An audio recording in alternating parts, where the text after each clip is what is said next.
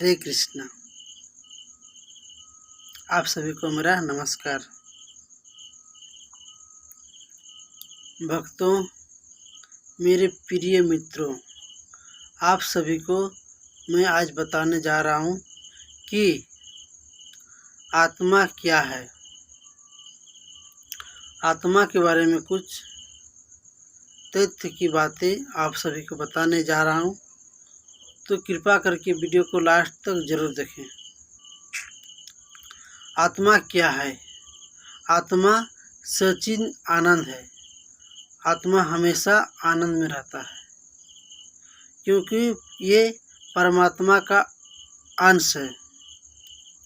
तो परमात्मा सचिन आनंद है, तो इसीलिए आत्मा भी सचिन आनंद है। लेकिन हम लोग आनंद में क्यों नहीं रहते हैं? हम लोग तो परमात्मा का अंश है, हम लोग को भी खुशी में रहना चाहिए हरदम। तो हम लोग खुशी में क्यों नहीं रहते हैं? क्योंकि हम लोग को अहंकार, बुद्धि, मोह, लोभ, घमंड, यह सब में इतना इतना घेर रखा है कि हम लोग वास्तविक सुख को छोड़ के इस सांसारिक चीज़ में लगे हैं। इसीलिए हम लोग को वास्तविक सुख नहीं मिलता है। वास्तव में हम लोग के अंदर ही सुख है, खुशी है। आप कहीं भी रहें, आत्मा के द्वारा परमात्मा की स्तुति करें, यानी भगवान का भजन करें, स्मरण करें, कीर्तन करें, कथा सुने। कहीं भी रहे, कहीं भी, इंडिया में, विदेश में, झारखंड में, बिहार में, उड़ीसा में, कहीं भी रहें, लेकिन आप आत्मा के द्वारा परमात्मा को याद करें जरूर। ये बहुत इम्पोर्टेंट चीज़ है। और जब तक आप आत्मा के द्वारा परमात्मा को याद नहीं करेंगे तो आप खुशी या तो चैन से रहना मुश्किल है। फिर क्या है?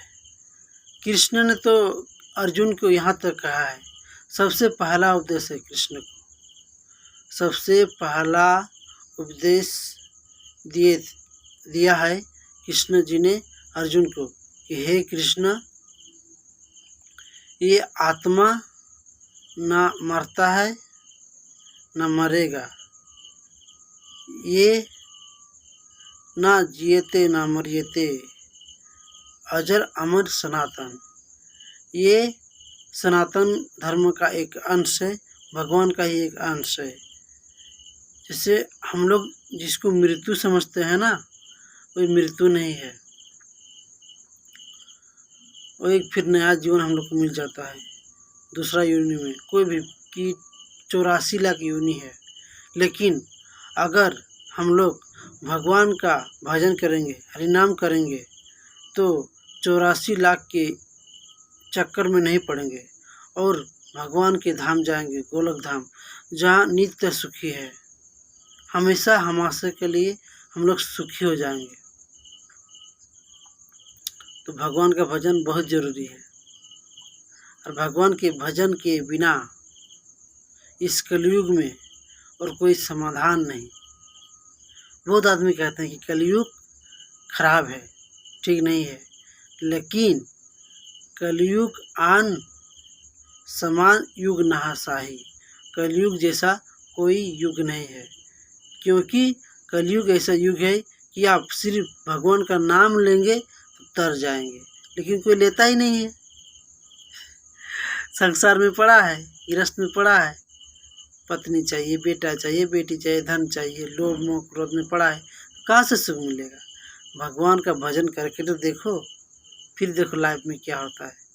अपने आप हर चीज़ आपका चेंज हो जाएगा, सब कुछ। तो आत्मा क्या है? आत्मा परमात्मा का अंश है। इसीलिए हम लोग को आत्मा के द्वारा परमात्मा को डेली सुबह शाम याद करना चाहिए। हम लोग का मेन काम तो ही है। वास्तविक में हम लोग इस पृथ्वी में आए हैं, कलेक्टर बन जाएं, एसपी बन जाएं, डीएसपी बन जाएंगे, कुछ भी बन जाएंगे, लेकिन जब तक आप आत्मा के द्वारा परमात्मा को याद नहीं करेंगे, सुखी चैन से नहीं रह सकते हैं, आप कहीं भी रहें। तो आप सभी से मेरा यही निवेदन है कि आत्मा के द्वारा परमात्मा को याद जरूर करें। यानी ये शरीर तो एक इंस्ट्रूमेंट है, लेकिन इसके अंदर भी आत्मा है। जो हम लोग को सांस चल रही है ना, धड़कन, वो आत्मा के रूप में चल रही है। अगर आत्मा निकल गया, अगर भगवान भी हमारे साथ है, भगवान अगर हमारे साथ छोड़ दिए तो ये जो आंखें से पलक रही है ना, आँख पलकना बंद हो जाएगा। ये जो सांस चल रहा है, सांस भी चलना बंद हो जाएगा।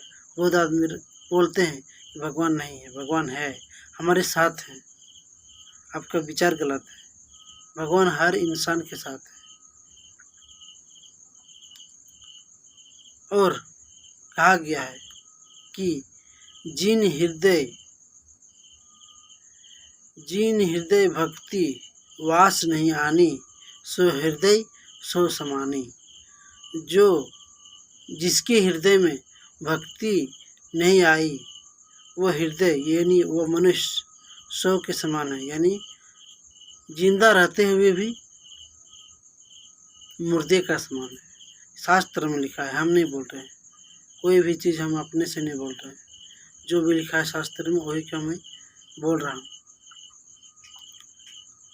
फिर कृष्ण कहते हैं कि क्रोध, लोभ, मोह, मात्सर्य ये सब छोड़ के जो मेरे भजन में नित्य रहता है, उसको मैं निश्चित ही मोक्ष देता हूँ। मोक्ष का द्वार उसके लिए हमेशा खुला रहता है। तो भगवान का भजन करें, आत्मा के द्वारा परमात्मा को याद करें। सुबह शाम टाइम मिले तो, लेकिन ज़रूरी है 10 मिनट तो निकाल सकते हैं भगवान के लिए। एक एग्जाम्पल, उदाहरण आप सबको मैं दे रहा हूँ। आप कहीं भी जाते हैं, ट्रेन में, बस में, कहीं भी, मान लीजिए आपको कुछ लिखना है, तो किसी के पास पेन है, तो आप उसके पास से पेन लिए, कुछ भी आपको लिखना है, नंबर लिखना है, कुछ भी लिखना है, तो आप नोट किए, फिर आप जिसको पेन लिए थे उसको वापस कर दिए, फिर क्या बोले? थैंक यू भैया, ऐसे बोलते हैं कि नहीं? कोई भी बोलते हैं। लेकिन जिस भगवान ने हमको इतना बड़ा शरीर दिया, ये आँखें की कीमत कितना है? आँख दी, नाक दी, कान दिया, मुंह दिया, इतना अच्छा सब कुछ दिया है भगवान ने, लेकिन उसको थैंक्स कहने के लिए क्या हमको टाइम नहीं निकालना पड़ेगा? बहुत ज़रूरी है टाइम निकालना। और उसके लिए थैंक्स क्या है? हरे कृष्णा कृष्ण कृष्ण हरे हरे, हरे राम राम राम हरे हरे। तो आप सुबह शाम ये जरूर करें। भगवान का ये महामंत्र है। हरे कृष्णा।